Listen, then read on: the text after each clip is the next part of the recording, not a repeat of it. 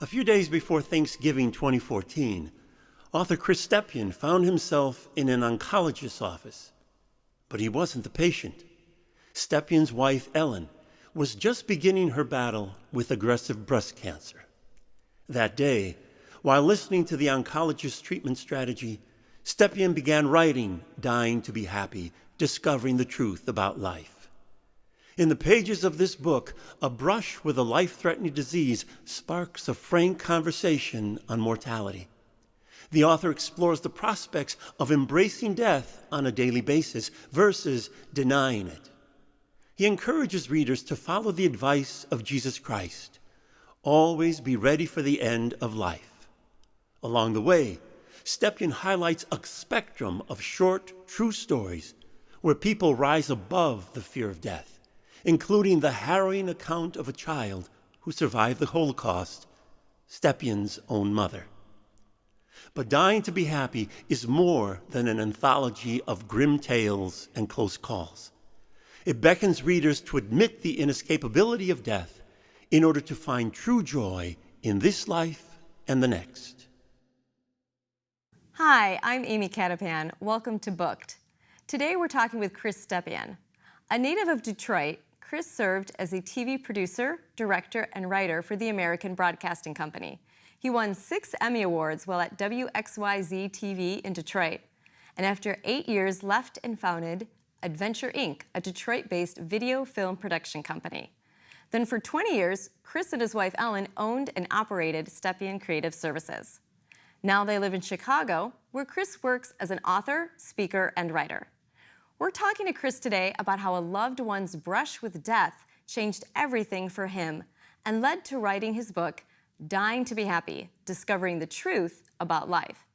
I'm excited to talk with him about how embracing the reality of our mortality actually leads to great joy. Chris, welcome to the show. Thanks for having me, Amy.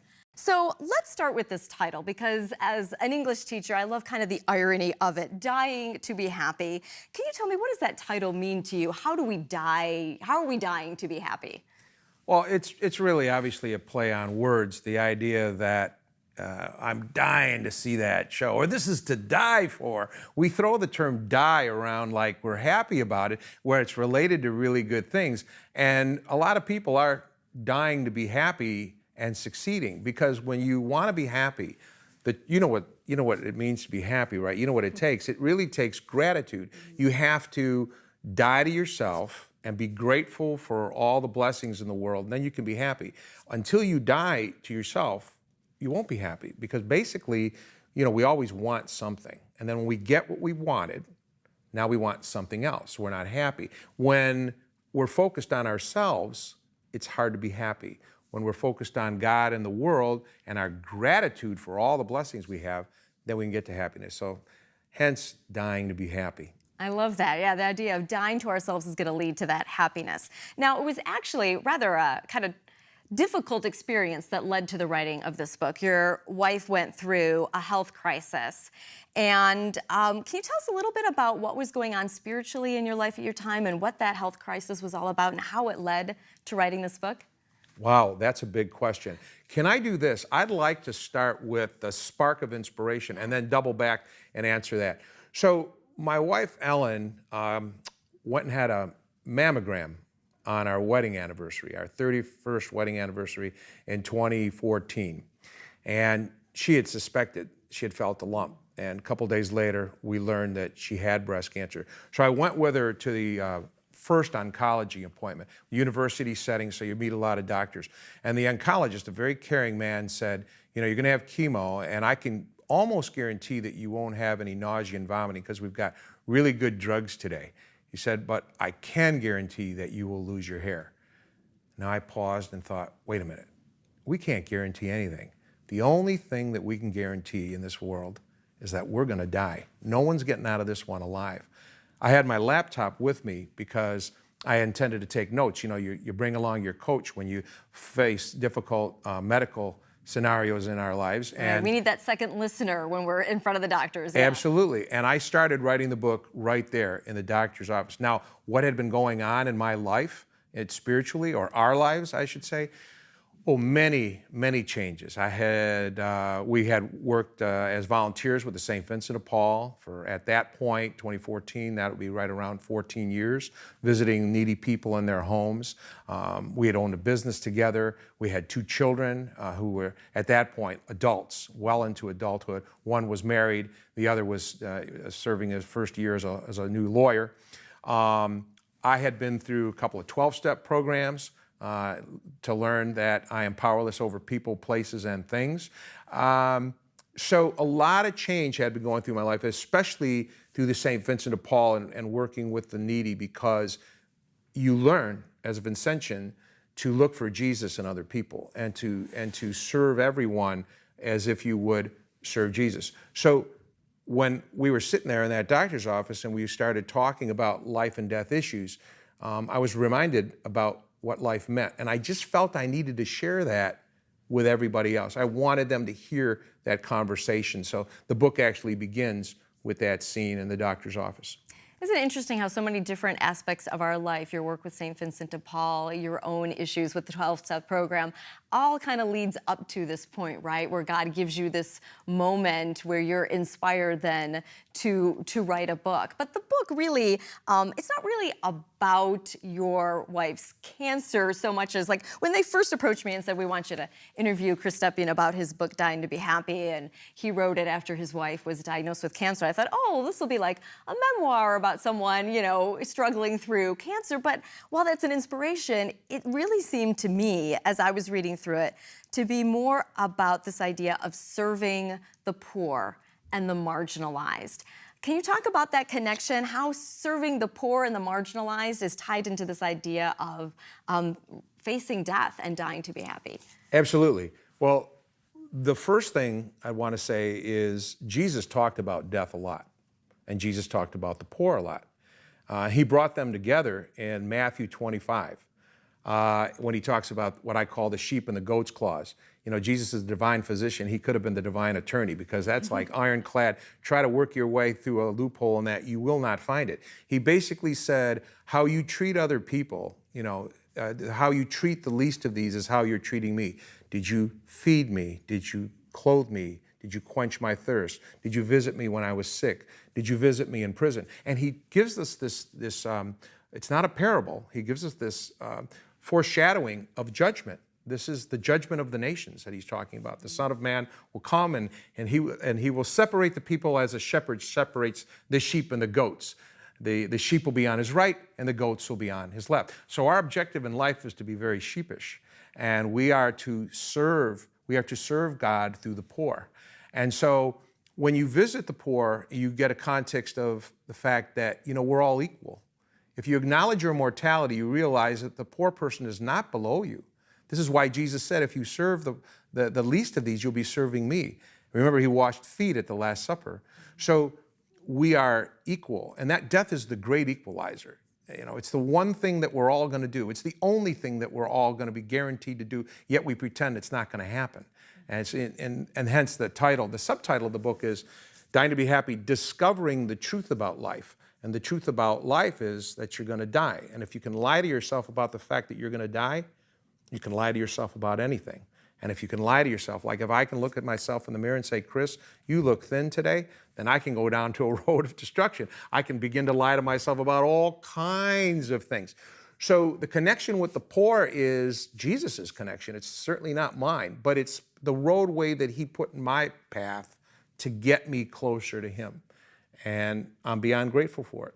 Now, you give a lot of great examples, too, of people who served the poor. And you started with some of our traditional saints, St. Augustine, St. Francis of Assisi, St. Elizabeth. But I loved that you brought in some contemporary ones that people might not think of. You mentioned a couple of NFL players in here. Could you maybe talk a little bit about why you chose, maybe like Eric Maul? I thought his story was fascinating. Why you chose to bring him in. You know, usually people would just go for the Saints. Why do you bring in some NFL players? Well, the book wrote itself. So you talked about the fact that it's not really about Ellen's cancer, but it was, because it threads through the whole book, and things happened and they led me. This is almost like a journal that began in that doctor's office, and this kind of flowed from there. So I had met, actually Ellen and I had met Eric Maul in 2013 when I was speaking about another book that I've written, 3 Days, The Search for the Boy Messiah. And I was here in the Chicago area, and we were speaking at Benedictine University, and Eric was part of that event. And Eric was a guy who was a very unlikely NFL player. He came out of Kent State University, not top 25 even. But he bench pressed his way into the NFL, and he made the Cleveland Browns and New York Jets, but he was also had this passionate relationship with Jesus, and he actually prayed for the Jets to cut him. And he tells this story at the Benedictine event about how he decided after he left football to become, the rich man who took Jesus's advice. And so he gets rid of all his stuff, and he goes out and he lives with the poor on the streets in Cleveland for a year, bringing divine mercy to the poor. And he said it was one of the most happy times of his life. See, dying to be happy. But you see, that's the beauty of acknowledging our mortality, is it makes us realize that we're not better than anyone else, and that it allows us to not walk past that guy who's begging on the corner like he's a fire hydrant. Perhaps it is not possible for us to give $1 to everybody we pass, but we can give a smile. We can give a hello. We can ask them their name. We can ask them to pray for us. We can develop a relationship. You can pass them and give them a bologna sandwich one day. Find out if they prefer peanut butter. These are all possibilities. What would you give to Jesus? As I read, I kind of imagine different people reading along beside me and think about, how would so-and-so respond to this? And I could hear some people reading the story of Eric Maul and saying, well, what is this guy doing? I mean, he was able-bodied and, totally could be a contributing member of society. Why would he give up a year of his time to live with the poor and the homeless? Wouldn't he be better off having a job and then giving that money to the poor? How would you maybe respond to a reader who might read that in here and think, he should have just, he should have kept working and given money to the poor instead of spending a year with them? God, I love you for that question. I really love that question. Here's why. You see, because when we give money, which is good, money's a tool. And remember, the love of money is what? The root of all evil, right? But money itself is a tool. When we give money, that's good. We can count how much money we have. I can spare this. But none of us knows how much time we have. And Jesus wants us to give from our poverty. When we give from our poverty, we're like the woman in the temple that he singled out. And he said she gave more than all those other people. She gave that tiny little amount of money because she didn't have it, right? So we don't know how long we're going to live. Now, if we go around thinking, I'm going to live forever, like some of us do, if we deny our mortality, then it's not such a big deal. But if we're aware of the fact that we're mortal, that we're not getting out of this alive, and see, then what happens when we're with that person, we develop a relationship. I mean, if somebody said right now, Jesus is in that other room, I have a feeling you'd be leaving right now. This conversation would be over. We're done with this interview. I don't even know if you'd say, excuse me. Okay? And you probably forget to take that microphone off. Right. So if we look at the other people that way, as Jesus told us to in Matthew 25 in the sheep and the goats clause, right? Then being with that person is being with Jesus. And you can't do that with money. Remember, Jesus said, you cannot serve God and mammon, Aramaic for property, wealth. We can't serve them both. In addition to that story, another little thing you brought up, I think it might have been at the end of that same chapter, you talk about the great irony on the U.S. dollar bill. What we have on the back of the U.S. dollar bill. We have a pyramid and the phrase, "In God we trust." Why is this such an irony? Because I think this also gets at the heart of what your book is about. Tell us about what the pyramid represents, and then the phrase "In God and trust," why those two are... Yeah, it made me think of we walk like Egyptians. I mean, when you think about the Egyptians, the pharaohs, they built these pyramids and they were their tombs and they took all their stuff with them. So it was ironic to me that I'm looking at the back of a dollar bill and there's a pyramid there. I know it's supposed to symbolize Trinity, but to me it made me think of the Egyptians and the way they dealt with death, that there was this afterlife, but they took their worldly things with them. And a lot of us do that all the time. We don't want to let things go, things that we've never used that have value. We give the junky thing away to somebody who needs it for charity, but we keep the good stuff. So I raised the question, are we going to follow Jesus and walk like him, or are we going to walk like an Egyptian, as the song raised. Right, right. Well, I love that one quote you had in here too. When you're thinking about things that you're donating, imagine you're donating to Jesus. What would you put in your bag for Jesus? I think that's so powerful for us to Yeah, think what would about. you feed him? A hot dog? Yeah, Or a steak? or a nice dinner. Right. Make my best stuff. Make your best stuff, right.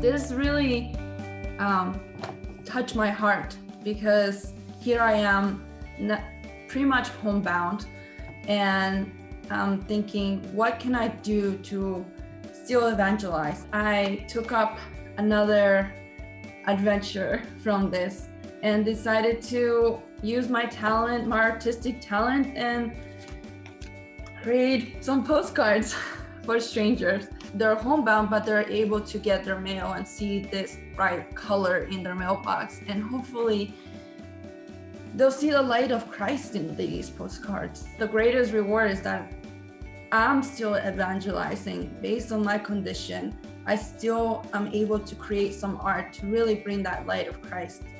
And that to me makes a huge difference. I just hope it will bring the light of Christ to others. Dear Chris, I just finished reading Dying to Be Happy. Thank you so much for this wonderful book. It is now going to be the guide I refer to for the rest of my life. You spoke directly to me through this book. I felt like it was written to me and for me. I am a 61-year-old registered nurse. I've been married for almost 40 years and have 2 daughters and 4 grandchildren. My life was not the good, happy life from infancy into adulthood. Poor, with an alcoholic, abusive father, a mother who was the wife of a physically and emotionally abusive husband. She was also an ill woman, and she was ill-prepared to be the mother of 7 children. It got much better when I met my husband and we married. I have struggled with many of the issues you identified in your book throughout my life. The worldly measures of success were what I pursued, always trying to prove my worth, prove I was just as good as everyone else. Because of the simple way you have discussed and laid everything out, I truly know what it is I need to do, what I want to do.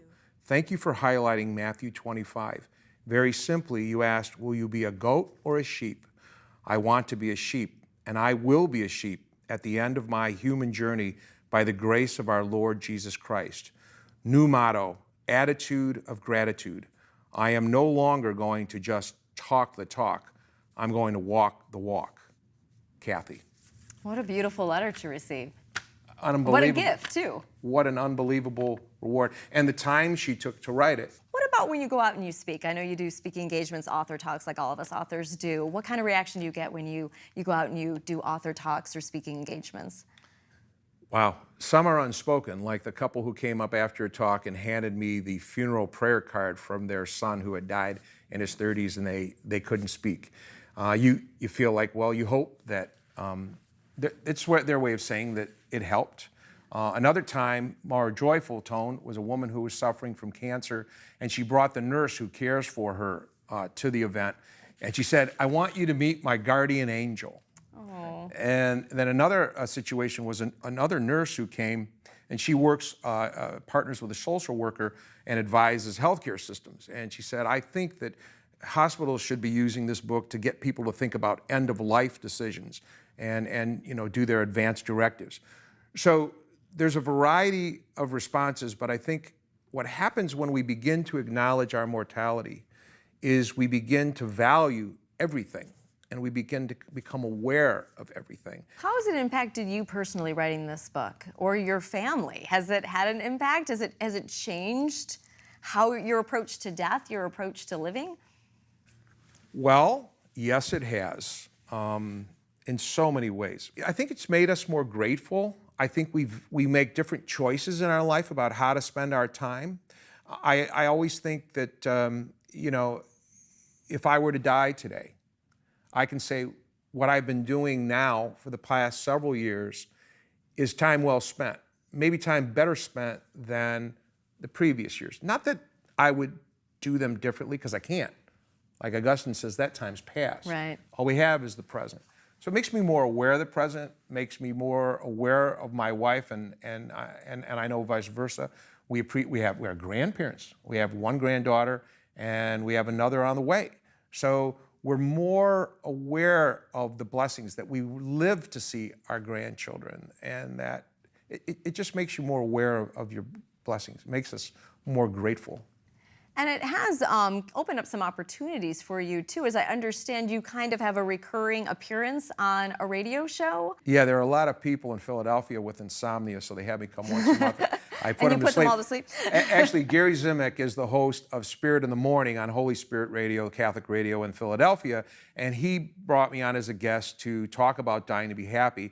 And after the first conversation, he called me back and said, I'd like to bring you back for the next 9 consecutive months to talk about all 10 chapters, take it chapter by chapter, and then now I'm a regular guest on the program. He said the book made him feel uncomfortable, but I think uncomfortable obviously in a good way, because it shook up any complacency in his life, forced him to talk about the truth. That's where Gary Zimek and I connected, and so now I have the good fortune of speaking with him every month on Holy Spirit Radio. I love that idea that he says you make him uncomfortable. So let me tell you about what part of the book made me the most uncomfortable, is when you were talking about retirement plans, saving up money for your retirement plans and your 401k, or in my case, 403b and Roth IRA and all that kind of stuff. And what would you say to somebody who was reading through that part in the beginning where you're talking about not storing up the riches, and you were referring to the parable? What would you say to someone who says, oh, but I have to be responsible. I have to have my emergency funds, and I have to be responsible. Is there a way for us to balance the giving and still feel like we're being responsible adults? You ask great questions. Yeah, I think there's a couple ways I'd like to answer that question. First of all, I think it's important to ask yourself, if I know I'm going to die today, or somehow I found that out, what would I do? So that helps us balance things. Because otherwise you think of like, well, how long am I going to live? Am I going to live to 80? Will I make 90? Will I make 100? Nobody knows. So we can get a little bit stingy and distorted if we don't look at that perspective. The other thing is this wonderful story that I heard about St. Vincent de Paul, the St. Vincent de Paul, not the organization. So, he was not a saint yet, and he was out there doing saintly things and visiting people in dungeons and helping people who were really living miserable lives. But he had started working with like St. Louise de Marillac or Sister Louise and other followers, and he'd come back from his travels and they'd say, oh man, we're out of cash. We're so glad that you're back, help us. And he'd say, good, now you know what it's like to be poor. Or now you know what the poor feel like. So I think it's important to keep everything in perspective. I think that's what death does for us. It sheds light on reality. It forces us to face the truth. And I think reminding ourselves about it can help us make all decisions, financial decisions, what we're doing with our time. Why am I holding that grudge? Why haven't I forgiven that person? Why haven't I gone and asked for an apology? Why am I not making amends? Am I spending too much time watching football? I love college football. Am I spending too much time watching football? Am I obsessing about something else in my life? The gardening, clothes, the rug, the whatever. It's stuff. When you die, it's not going in your pyramid. You don't have one. I would love for you to read a little passage from here that I think ties into what we've been talking about here. When a nurse was talking with your wife about what she needs to do as she's facing this cancer crisis, because I think this ties in with what we've just been discussing. Could you read that passage to us? Yeah, what is it, chapter 5 there? I'd be happy to. Thanks for the opportunity. Chapter 5, drinking poison. You have to be ready, the nurse said to my wife, Ellen. She was talking about preparing to die. Her name was Annalyn. The Filipina Catholic had spent much of her career caring for seriously ill people. As I sat in Ellen's hospital room the day after her 6-hour surgery, Annalyn shared stories about her experiences with breast cancer patients. She talked about serving so many women who despair and who become seriously depressed after doctors amputate their breasts. Annalyn opened up while she tenderly and vigilantly attended to Ellen's needs. Her work is a constant reminder of death. With the explosion of pink ribbons, burly pro athletes wearing pink, and the staggering number of women suffering breast cancer, it should be much harder for all of us to forget our mortality for too long. What a great reminder of what we really need to keep at the forefront of our minds. Thank you for sharing that passage with us. I think it so beautifully illustrates one of your key messages here. What else would you really want to make sure people take away from your book? If there's like one thing you hoped people would take away, what would that be? The truth. Jesus said to Pilate, I came to testify to the truth. And Pilate said, what is truth? Because in his world, the truth was whatever Caesar said it was that day, and it could be different tomorrow. But with Jesus, the truth is the truth. And the truth is that we're going to die, and that we have a purpose in this world. And that purpose is to thank God for all the blessings he's given us by serving others. And Jesus wants us to give from the poverty of our time. He wants us to acknowledge the fact that we don't know how long we're going to live, but still be willing to be generous with this unknown amount of time and give it to others so that we can make their life a little happier. So these are simple, consistent truths, and I'd like people to be able to find Jesus in Dying to Be Happy. As you know, there are lots of scriptural quotes, many references. This isn't my truth. This is the Lord's truth. And so if that can help you grow closer to Jesus and discover that you're mortal and that give you more meaning to your life, the happiness will come when we take our focus off ourselves and put it on God and his church and others. That's beautiful. Great reminders. Well, I can't let you go without asking, how is your wife, Ellen, doing? Can you give us an update on her health and the family? Well, this will let you know. So just before I said goodbye, I kissed Ellen goodbye, and she said, don't take this the wrong way, but knock 'em dead today.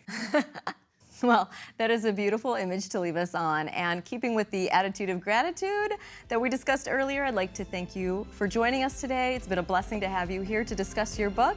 And thank you to all of our viewers. Happy reading. We'll see you here next time.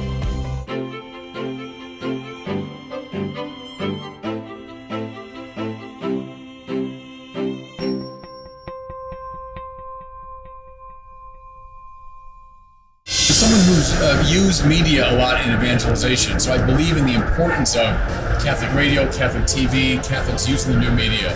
Can I encourage everyone to watch Shalom TV? I think it's a great vehicle of evangelization. And God bless all of you. Shalom World, God's own channel.